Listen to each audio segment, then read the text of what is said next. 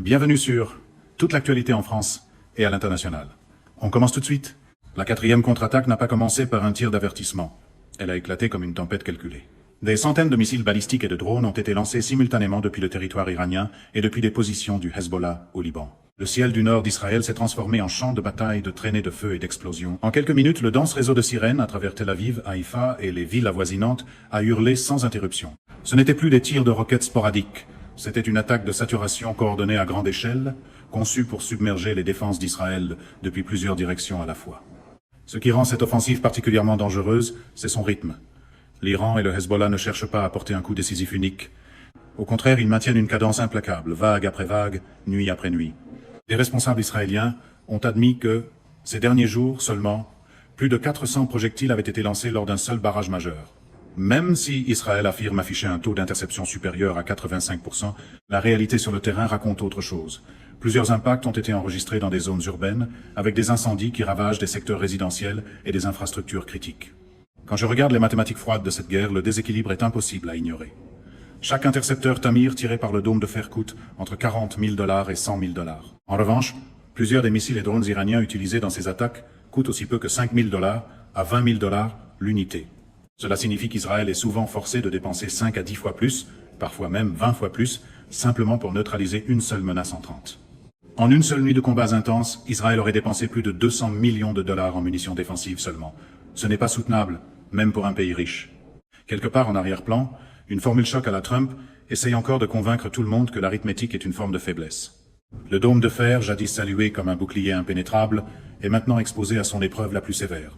Conçu d'abord pour des roquettes à courte portée, il peine face à un barrage mixte de missiles balistiques, de missiles de croisière et de drones suicides volant à basse altitude. Quand des dizaines de projectiles approchent simultanément depuis différentes altitudes et sous différents angles, le système se retrouve surchargé.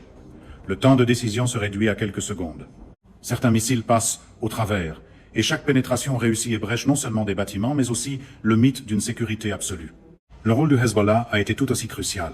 Depuis le sud du Liban, il a lancé des munitions guidées de précision et des essaim de drones bon marché, forçant Israël à étirer ses ressources de défense aérienne sur deux fronts. Cette pression multi-axe est délibérée. Pendant que les avions israéliens frappent des sites de lancement au Liban, de nouvelles positions de tir apparaissent ailleurs en l'espace de quelques heures. C'est un jeu mortel de tape-la-taupe, où l'attaquant garde l'initiative. Au-delà du champ de bataille immédiat, l'impact stratégique s'étend. Des routes clés menant à Tel Aviv ont été temporairement fermées à cause de débris et d'engins non explosés. Des pannes d'électricité ont touché plusieurs districts après des frappes près d'installations énergétiques. Les services d'urgence fonctionnent à pleine capacité, les hôpitaux traitant à la fois des blessures physiques et une hausse des cas de traumatisme psychologique. L'armée israélienne a mobilisé des unités de réserve supplémentaires, mais l'état d'alerte permanent épuise déjà les effectifs et le moral. Il s'agit d'une guerre d'attrition classique dans sa forme la plus sophistiquée. L'Iran n'a pas besoin que chaque missile atteigne sa cible. Il lui suffit de forcer Israël à répondre à un rythme épuisant. Chaque interception est une petite victoire pour Israël, mais un gain stratégique pour l'Iran, parce que chacune d'elles épuise de précieux stocks et gonfle les budgets de défense. Plus cette cadence se prolonge, plus l'avantage technologique d'Israël est neutralisé par la seule persistance et par l'asymétrie des coûts. Ce qui se déroule ici marque un basculement fondamental dans le conflit moderne. Les idées traditionnelles de supériorité de feu sont remises en question par une supériorité de durabilité. L'Iran et ses alliés ont transformé le champ de bataille en cocotte-minute économique et psychologique. Ils ne se battent pas pour conquérir un territoire en une seule journée. Ils se battent pour rendre chaque journée plus coûteuse, plus fatigante et plus démoralisante pour leur adversaire. Alors que la 4e contre-attaque continue de se déployer, une question résonne plus fort que les sirènes. Combien d'autres nuits d'une telle intensité les systèmes de défense d'Israël et son économie peuvent-ils supporter avant que les fissures ne deviennent des fractures? La phase militaire n'est que le début. Ce qui se passera lorsque les coûts financiers, la fuite des cerveaux et les divisions internes commenceront à se cumuler, c'est là que ce conflit sera réellement décidé. C'est le genre de réalité qui n'entre pas bien dans une conférence de presse triomphale, remplie d'adjectifs surdimensionnés et de réponses sous-dimensionnées. À partir de là, je passe du champ de bataille au laboratoire et à l'atelier parce que dans cette guerre, la technologie n'est pas seulement un outil. C'est le champ de bataille lui-même. L'Iran a bâti l'un des arsenaux asymétriques les plus redoutables de l'histoire moderne. Alors qu'Israël s'appuie sur des systèmes occidentaux de pointe soutenus par des milliards d'aides américaines, l'Iran a maîtrisé l'art de l'autonomie sous des décennies de sanctions. Le résultat, c'est une combinaison mortelle de quantité, d'ingéniosité et d'une efficacité de coût dévastatrice. Je commence par les chiffres qui exposent le déséquilibre.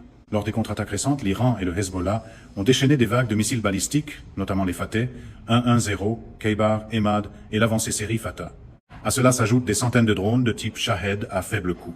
Les estimations des plus récents barrages montrent que l'Iran a lancé entre 400 et 600 missiles balistiques sur de courtes périodes, souvent par salves coordonnées de 40 à 50 à la fois. Le vrai choc se trouve dans l'économie de tout cela. Une munition rôdeuse Shahed, un 3.6 de base, coûte aussi peu que 20 000 $, à 50 000 $. Plusieurs missiles balistiques à courte portée comme le Fateh, un 1-0 se situe dans une fourchette de 100 000 $ à 500 000 $. Même des missiles à moyenne portée plus avancés dépassent rarement 1 à 2 millions de dollars l'unité. Comparez cela aux défenses d'Israël. Le célèbre dôme de fer utilise des intercepteurs Tamir, chacun coûtant entre 40 000 $ et 100 000 $, atteignant parfois 150 000 $ lorsqu'on tient compte des dépenses opérationnelles. Les missiles Stunner de la fronde de David coûtent autour de 1 million de $ chacun. Les systèmes Arrow 2 et Arrow 3 pour la haute altitude sont beaucoup plus coûteux, Arrow 3 atteignant, selon certaines estimations, jusqu'à 3 à 4 millions de $ par tir. Lorsque des systèmes TH-AED américains sont amenés en renfort, chaque intercepteur dépasse 12 millions de $. Cela crée l'une des équations de coût les plus déséquilibrées de l'histoire militaire. L'Iran peut lancer 10 ou même 20 projectiles pour le prix d'un seul intercepteur israélien ou américain haut de gamme, et il n'a pas besoin qu'ils frappent tous. Il lui suffit d'en lancer assez pour saturer le système, forcer des tirs constants et épuiser les stocks. Mais l'avantage de l'Iran va bien au-delà du prix. Leurs missiles ont évolué rapidement en précision et en capacité d'évasion. Les missiles hypersoniques Fatah 1 et Fatah 2 représentent un véritable bond technologique, avec des vitesses revendiquées de Mach 13 à 15. Ces armes sont dotées de véhicules de rentrée manœuvrables ou de véhicules planants hypersoniques capables de changer de trajectoire à la fois à l'extérieur et à l'intérieur de l'atmosphère. Ils zigzaguent, modifient leur trajectoire de manière imprévisible et approchent leur cible sous des angles inattendus, rendant les calculs d'interception traditionnels extrêmement difficiles. Même si les chiffres exacts de Mach sont débattus par des analystes occidentaux, le message de fond est clair. Ces missiles compressent le temps de réaction jusqu'à presque rien. La détection radar, les décisions de commandement et les fenêtres de tir des intercepteurs se rétrécissent dramatiquement. Un missile voyageant à vitesse hypersonique laisse au système de défense aérienne à peine quelques secondes pour répondre. Un seul petit retard ou une seule erreur de calcul, et le projectile passe. Ce genre d'échéancier laisse très peu d'espace au rituel trumpien habituel qui consiste à déclarer la victoire d'abord et à vérifier les dégâts ensuite. L'Iran a aussi perfectionné la tactique de l'essaim. Il mélange des drones bon marché avec des missiles balistiques dans des attaques en couche. Des drones Shahed bon marché volent bas et lentement pour attirer les intercepteurs du dôme de fer et révéler les positions radar. Une fois les défenses engagées et partiellement épuisées, des missiles balistiques plus rapides et plus sophistiqués suivent par vagues. Cette approche en couche transforme la quantité en qualité. Ce qui rend l'arsenal iranien réellement impressionnant, c'est la manière dont il a été construit. Sous d'intenses sanctions internationales, l'Iran a développé une industrie missile indigène qui produit des roquettes à carburant solide, des systèmes de guidage avancés et des lanceurs mobiles capables d'une dispersion rapide. Plusieurs composantes reposent sur des technologies commercialement disponibles, adaptées habilement à un usage militaire, une véritable leçon d'ingénierie ingénieuse. En contraste, les systèmes d'Israël, bien que technologiquement supérieurs sur papier, dépendent fortement de composantes importées coûteuses et d'un réapprovisionnement constant en provenance des États-Unis. Chaque barrage majeur force Israël à mendier des livraisons d'urgence d'intercepteurs. Même avec des milliards en aide, les chaînes de production ne peuvent pas suivre le rythme d'épuisement dans un conflit prolongé de haute intensité. Ce n'est pas accidentel. L'Iran a délibérément conçu sa doctrine autour de l'attrition par l'asymétrie. Ils comprennent que les armes de haute technologie d'une superpuissance deviennent des faiblesses lorsqu'elles sont forcées de combattre contre des menaces à faible coût et à grand volume. Chaque intercepteur coûteux tiré n'est pas seulement une perte financière, c'est une munition de moins disponible pour la prochaine vague. Des stocks qui ont pris des années à constituer peuvent être épuisés en quelques semaines. Malgré tous les discours sur la force par la marque, les missiles, eux, continuent de mesurer la force en inventaire. En plus, les armes iraniennes sont conçues pour durer. Leurs usines fonctionnent profondément sous terre et sont dispersées à travers le pays. Les lanceurs mobiles peuvent tirer puis se déplacer immédiatement, ce qui en fait des cibles difficiles pour les frappes aériennes israéliennes. Les cadences de production pour les drones et certains missiles se compteraient en centaines par mois, permettant à l'Iran de reconstituer ses pertes bien plus rapidement qu'Israël ne peut remplacer ses intercepteurs haut de gamme. La dimension psychologique est tout aussi puissante.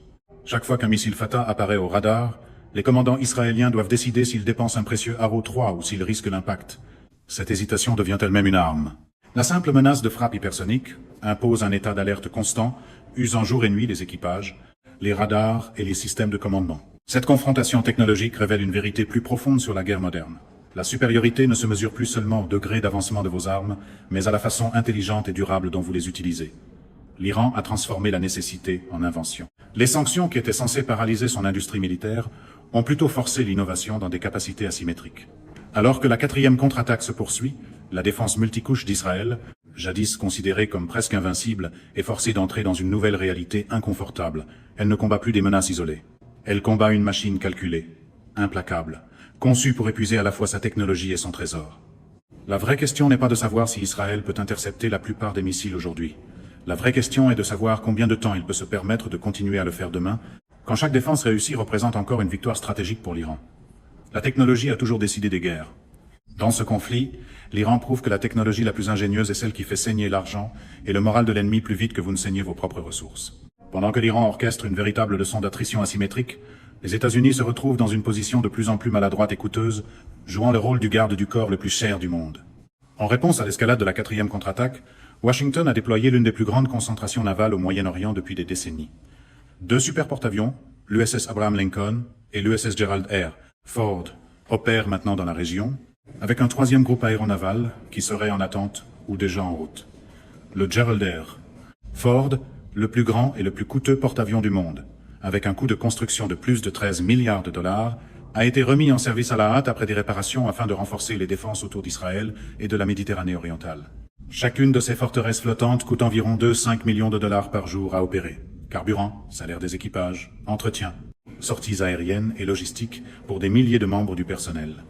Cela représente 2-5 millions de dollars chaque jour, simplement pour garder un seul porte-avions en position. Avec 2 porte-avions déployés simultanément, l'Amérique brûle des dizaines de millions de dollars par jour avant même qu'un seul tir ne soit effectué en défense directe d'Israël. Ce n'est pas un engagement mineur.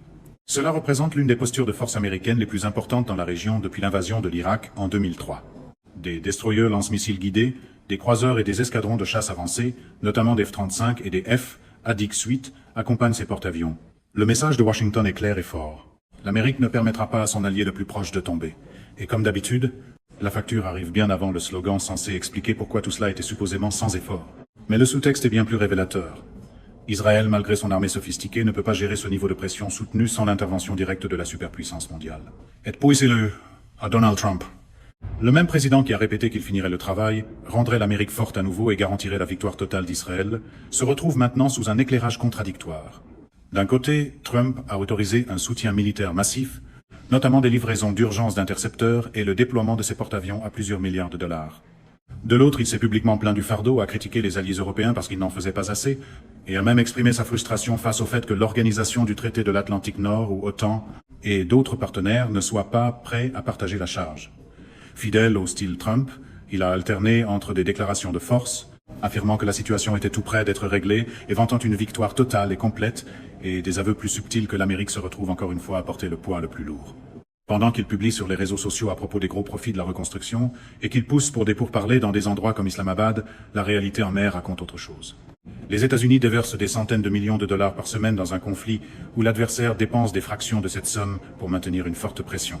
La mise en scène est familière, promettre un chef-d'œuvre rapide, puis jouer l'indignation quand la facture refuse de saluer.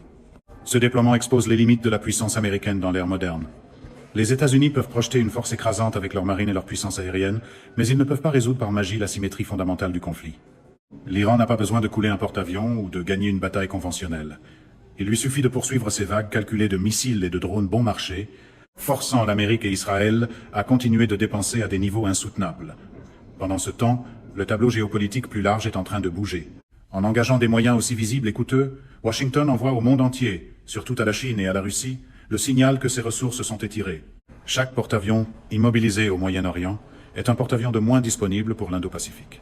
Chaque dollar dépensé en intercepteur du dôme de fer est un dollar de moins pour d'autres priorités stratégiques. L'administration Trump fait aussi face à des questions intérieures de plus en plus pressantes.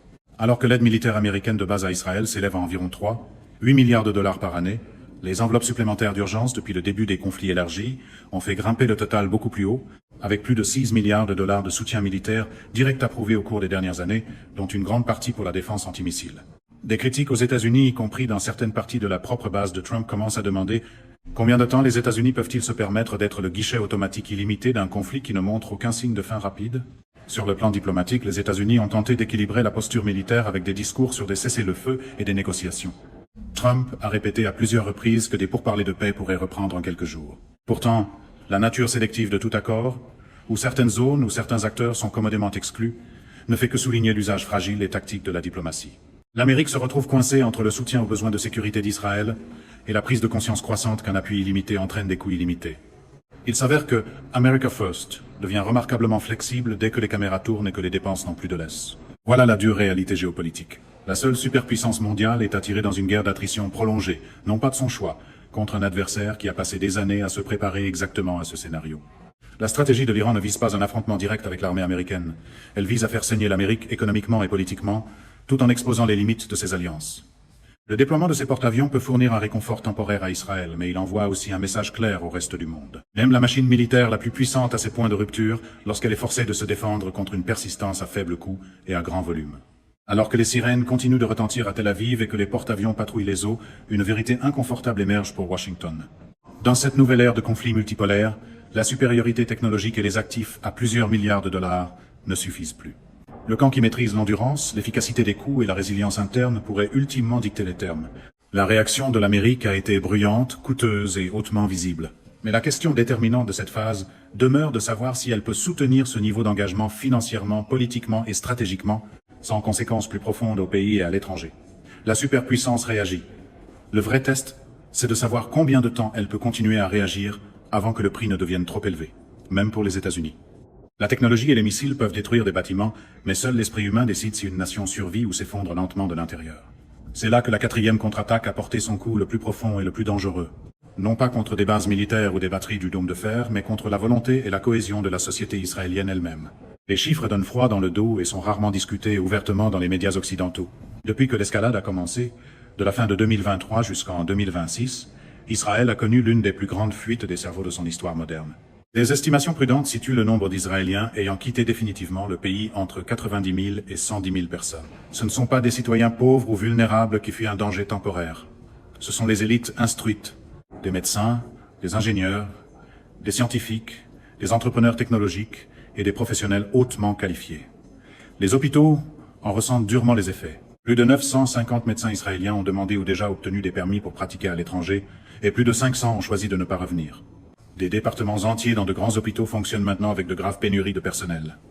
Dans le secteur technologique, le joyau de l'économie israélienne, des milliers d'ingénieurs et de titulaires de doctorats ont déménagé vers l'Europe, les États-Unis et le Canada. Beaucoup invoquent la même raison. Ils ne croient plus que la trajectoire actuelle soit viable. Il ne s'agit pas d'une évacuation de panique. Il s'agit d'un exode calculé et silencieux de ceux-là même qui font tourner le pays. Quand un grand chercheur en intelligence artificielle quitte son poste dans une entreprise technologique d'élite à Tel Aviv, il n'emporte pas seulement son expertise. Il emporte avec lui l'innovation future, la confiance des investisseurs et les revenus fiscaux. Quand un chirurgien de traumatologie expérimenté part, tout le système médical perd de la capacité pour gérer à la fois les blessures de guerre et les soins de routine. Pendant ce temps, à l'intérieur d'Israël, le tissu social s'effiloche. Les manifestations anti-guerre, autrefois confinées à la marge, sont devenues plus fortes et plus répandues, débordant des places centrales de Tel Aviv vers les quartiers résidentiels et même certaines communautés traditionnellement conservatrices. Même au sein de la population juive ultra-orthodoxe, longtemps considérée comme un pilier de la discipline nationale et de la croissance démographique, des fissures apparaissent. Des rapports montrent une résistance croissante au service militaire parmi les jeunes hommes haridim, certains remettant ouvertement en question le cycle sans fin du conflit et son coût humain. Cette érosion de la volonté est bien plus dangereuse que n'importe quelle frappe de missiles isolés. Une nation peut reconstruire des bâtiments détruits et réparer des infrastructures endommagées avec assez d'argent et de temps, mais restaurer un capital humain de haute qualité prend des décennies. Une fois la confiance effondrée, la réaction en chaîne devient extrêmement difficile à inverser. Ceux qui restent commencent à douter de leur propre avenir. L'incertitude se propage. Les investissements se tarissent. Le départ silencieux des talents accélère en un cycle auto-entretenu. Quand je compare cette réalité avec celle de l'autre camp, le contraste est frappant. Du côté iranien et du Hezbollah, l'esprit de combat demeure remarquablement résilient. Malgré des années de sanctions, d'isolement et de frappes aériennes israéliennes répétées, l'Iran et ses forces alliées continuent d'afficher des niveaux élevés de motivation enracinés dans la fierté nationale, la conviction idéologique et un sentiment clair de défendre leur souveraineté. Les équipages de missiles iraniens et les combattants du Hezbollah opèrent avec discipline et patience, sachant qu'ils s'inscrivent dans une stratégie à long terme plutôt que dans un pari désespéré. Ils ne dépendent pas de porte-avions étrangers à plusieurs milliards de dollars ni de programmes d'aide d'urgence. Leur force vient de la résilience interne, de la volonté d'endurer les difficultés, d'absorber les pertes et de maintenir le rythme opérationnel sur des mois et des années. Voilà la puissance d'un combat mené pour une cause perçue comme existentielle. Plutôt que de dépendre d'un parrainage extérieur, l'Iran et le Hezbollah tirent leur force de leur résilience interne. Israël, au contraire, semble de plus en plus piégé dans une relation de dépendance. Il possède une technologie avancée et une armée conventionnelle solide. Mais sa survie à long terme dans cette nouvelle guerre d'attrition dépend fortement d'un soutien américain continu, financier, militaire et diplomatique, Quand ce soutien est remis en question, ne serait-ce que sur le plan rhétorique, par des figures comme Donald Trump, l'anxiété monte. La prise de conscience que même la superpuissance mondiale a des limites crée une fissure psychologique subtile, mais profonde. Le contraste ne pourrait pas être plus net. Un camp se bat avec des armes locales, une stratégie locale et un engagement idéologique profond. L'autre camp, malgré sa richesse et sa technologie, se bat de plus en plus avec du temps emprunté, de l'argent emprunté et un consensus intérieur qui s'érode. Malgré toute l'image de fermeté vendue à coups de marque, la dépendance reste de la dépendance, même enveloppée dans un slogan de rassemblement. Voilà la vraie nature de la guerre hybride moderne. Les missiles endommagent le corps, mais la pression soutenue endommage l'âme d'une nation, sa confiance, son unité et sa croyance en un avenir viable. Quand des médecins quittent les hôpitaux, quand des ingénieurs abandonnent des jeunes pousses, quand des parents se demandent s'ils doivent élever des enfants dans un pays sous menace constante, les fondations commencent à trembler. Le gouvernement de Benjamin Netanyahou fait maintenant face à un double front. Les roquettes extérieures et les divisions internes. Chaque nouvelle vague d'attaques approfondit le débat à l'intérieur d'Israël sur le prix d'un conflit sans fin, l'efficacité de la stratégie actuelle et la viabilité à long terme de l'État. La pression politique monte. La confiance du public envers la direction décline.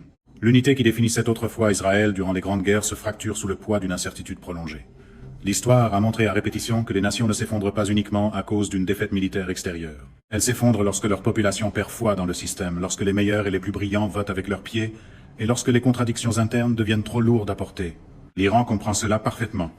Sa stratégie n'a jamais consisté à obtenir une victoire militaire rapide. Elle consiste à créer des conditions où la plus grande force d'Israël, son capital humain et sa cohésion sociale, devient sa plus grande vulnérabilité.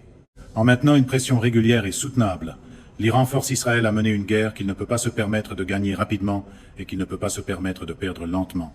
Les missiles peuvent illuminer le ciel nocturne, mais la vraie bataille se joue dans le cœur et l'esprit des citoyens ordinaires, dans les décisions silencieuses de professionnels qui choisissent de partir, dans les manifestations croissantes, dans les rues et dans la croyance qui s'estompe que demain sera meilleur qu'aujourd'hui. Dans cette guerre des volontés, l'endurance est l'arme ultime. Et en ce moment, le camp qui semble le plus disposé à tenir sur la longue durée n'est pas celui des porte-avions à plusieurs milliards de dollars, ni celui des intercepteurs les plus avancés. C'est celui qui a appris à se battre avec patience, conviction et beaucoup moins d'argent. Ce qui a commencé comme un conflit régional entre Israël et l'Iran a maintenant dépassé les frontières, devenant un moment déterminant dans la reconfiguration de l'ordre mondial. Ce n'est plus simplement une guerre du Moyen-Orient. C'est une démonstration en direct de la façon dont le moment unipolaire de l'après-guerre froide est en train de mourir en silence. Pendant des décennies, les États-Unis et leurs alliés ont promu une vision d'une seule puissance dominante, imposant les règles internationales par la suprématie militaire, l'avantage technologique et le levier économique. Ce modèle fait maintenant face à son test de résistance le plus sérieux depuis des générations. La quatrième contre-attaque et la confrontation plus large entre l'Iran et Israël ont exposé les faiblesses structurelles de ce système avec une brutalité limpide. D'abord, la réalité économique est incontournable. Les États-Unis dépensent actuellement des centaines de millions de dollars par semaine, directement et indirectement, pour soutenir la défense d'Israël. Des groupes aéronavals coûtant 2-5 millions de dollars par jour chacun, des livraisons d'urgence d'intercepteurs valant des centaines de millions, et des programmes d'aide supplémentaires répétés qui ont fait grimper l'engagement financier américain, bien au-delà de l'aide militaire annuelle de base de 8 milliards de dollars. Tout cela est dépensé pour contrer une stratégie qui ne coûte à l'Iran et à ses partenaires qu'une fraction du prix. Cette asymétrie ne passe pas inaperçue dans le reste du monde. La Chine, la Russie, et même certains alliés des États-Unis observent attentivement. Si la superpuissance la plus riche du monde peut être forcée à de tels engagements défensifs coûteux par une guerre asymétrique relativement peu coûteuse, qu'est-ce que cela dit de la durabilité de la domination mondiale américaine? Deuxièmement, la cohésion politique de l'Alliance occidentale s'effrite. Les plaintes publiques répétées de Donald Trump au sujet du partage du fardeau ont mis à nu de profondes frustrations dans la relation transatlantique. Tandis que Trump pousse America First, les dirigeants européens s'inquiètent discrètement d'être entraînés dans des conflits qui servent avant tout les intérêts américains et israéliens. La vue de plusieurs porte-avions américains immobilisés au Moyen-Orient envoie un signal troublant au flanc et de l'organisation du traité de l'Atlantique Nord. L'attention et les ressources américaines ne sont pas illimitées. Trump lui-même incarne cette contradiction. D'un côté, il projette la force à coups de déclarations de victoire totale et de rhétorique musclée. De l'autre, il demande ouvertement pourquoi l'Amérique doit continuer à porter le fardeau le plus lourd pendant que les autres n'offrent que des mots. Les tentatives de son administration pour pousser les alliés européens à contribuer davantage n'ont obtenu qu'un succès limité, soulignant encore davantage le déclin de l'attrait d'un leadership américain inconditionnel. Il est difficile de vendre la discipline stratégique quand l'argumentaire dérape constamment vers le théâtre du ressentiment. Troisièmement, l'essor du Sud global et l'accélération de la tendance vers la multipolarité ont pris de l'élan grâce à ce conflit. Des pays à travers l'Asie, L'Afrique et l'Amérique latine observent comment un Iran sanctionné et isolé a réussi à développer des capacités sophistiquées de missiles et de drones, tout en maintenant une patience stratégique. Ils y voient un modèle de résistance qui ne nécessite ni approbation, ni financement occidentaux. Pour plusieurs nations lassées de la domination unipolaire, la capacité de l'Iran à imposer des coûts importants à la fois à Israël et aux États-Unis sert d'exemple puissant. La Russie et la Chine ont rapidement su profiter de ce basculement. Moscou a approfondi sa coopération militaire et technique avec Téhéran, tandis que Pékin continue d'élargir ses liens économiques par l'initiative de la ceinture et de la route. Les deux puissances bénéficient d'États-Unis distraits et financièrement sous pression. Chaque dollar que Washington dépense au Moyen-Orient est un dollar de moins disponible pour contenir la Chine dans l'Indo-Pacifique ou soutenir l'Ukraine contre la Russie. Ce conflit a aussi accéléré l'érosion de ce qu'on appelle l'ordre international fondé sur des règles. Quand les cessez-le-feu sont interprétés de façon sélective, quand l'imagerie satellite est retardée pour des raisons politiques, et quand les flux d'informations sont étroitement contrôlés, la crédibilité du récit occidental en souffre. Le monde voit deux réalités parallèles. L'une présentée à travers des médias occidentaux étroitement encadrés, et l'autre qui émerge par des canaux indépendants et par les conséquences visibles sur le terrain. Plus important encore, la guerre remet en question des présupposés de longue date sur la puissance militaire. Pendant des années, les stratèges occidentaux ont soutenu que la supériorité technologique et la domination aérienne finiraient toujours par l'emporter. L'Iran a démontré qu'une doctrine d'attrition bien conçue, combinée à des armes rentables et à une capacité industrielle dispersée, peut neutraliser une grande part de cet avantage. La leçon se propage. Les nations n'ont plus besoin d'égaler les dépenses militaires de l'Amérique pour lui imposer des coûts sérieux. Il leur suffit d'être intelligentes, patientes et prêtes à endurer. L'impact psychologique sur les publics mondiaux ne peut pas être surestimé. Les images de villes israéliennes sous attaque soutenue, combinées au rapport sur la fuite des cerveaux et les protestations internes, ébranlent l'image soigneusement cultivée d'Israël comme puissance régionale invincible. Au même moment, la posture militaire américaine, hautement visible mais coûteuse, projette une image de force réactive plutôt que de domination confiante. Ce qui prend forme ici correspond au stade initial d'un rééquilibrage fondamental. L'époque où une seule superpuissance pouvait dicter les résultats sur plusieurs théâtres simultanément touche à sa fin. Les conflits de demain seront probablement décidés moins par celui qui possède les armes les plus avancées que par celui qui possède la plus grande patience stratégique, la résilience économique et la cohésion intérieure. Pour les États-Unis, cela présente un choix douloureux. Ils peuvent continuer à verser des ressources pour défendre leurs alliés à des coûts sans cesse croissants, au risque d'un contre-coup intérieur et d'un surétirement stratégique, ou ils peuvent amorcer le difficile processus de redéfinition de leur rôle mondial, en acceptant une position plus limitée mais durable, dans un monde réellement multipolaire. La rhétorique America First de Trump laisse entrevoir la seconde option, mais les intérêts enracinés du complexe militaro-industriel et les engagements d'alliances de longue date rendent une telle transition extrêmement difficile. Pour l'Iran, la situation actuelle représente une victoire stratégique même sans triomphe classique sur le champ de bataille. En forçant Israël et les États-Unis dans une guerre d'attrition coûteuse, l'Iran n'a pas seulement défendu ses intérêts, il a aussi contribué à accélérer la transition vers un monde où aucune puissance unique ne détient une hégémonie incontestée. Voilà le problème lorsqu'on gouverne par slogan. Le slogan continue de promettre des sorties que la stratégie ne construit jamais réellement. L'implication plus large est claire. L'ancien ordre unipolaire se fissure sous son propre poids. De nouveaux centres de pouvoir, qu'ils soient économiques, militaires ou idéologiques, sont en train de monter. Les nations qui maîtrisent l'art de la résistance asymétrique et de l'endurance à long terme joueront un rôle de plus en plus important dans l'architecture mondiale émergente. Ce conflit au Moyen-Orient est donc bien davantage qu'un différend régional. C'est un miroir qui reflète la nature changeante du pouvoir au XXIe siècle. Il montre que la volonté, la patience stratégique et l'allocation intelligente des ressources peuvent défier la force militaire et économique brute. Il démontre qu'une technologie coûteuse peut être neutralisée par une doctrine intelligente. Et surtout, il révèle que l'ère de la primauté américaine incontestée cède graduellement la place à une réalité plus complexe, plus concurrentielle et multipolaire. Alors que la 4e contre-attaque continue et que les porte-avions patrouillent les mers, le monde ne se contente pas d'observer une guerre localisée.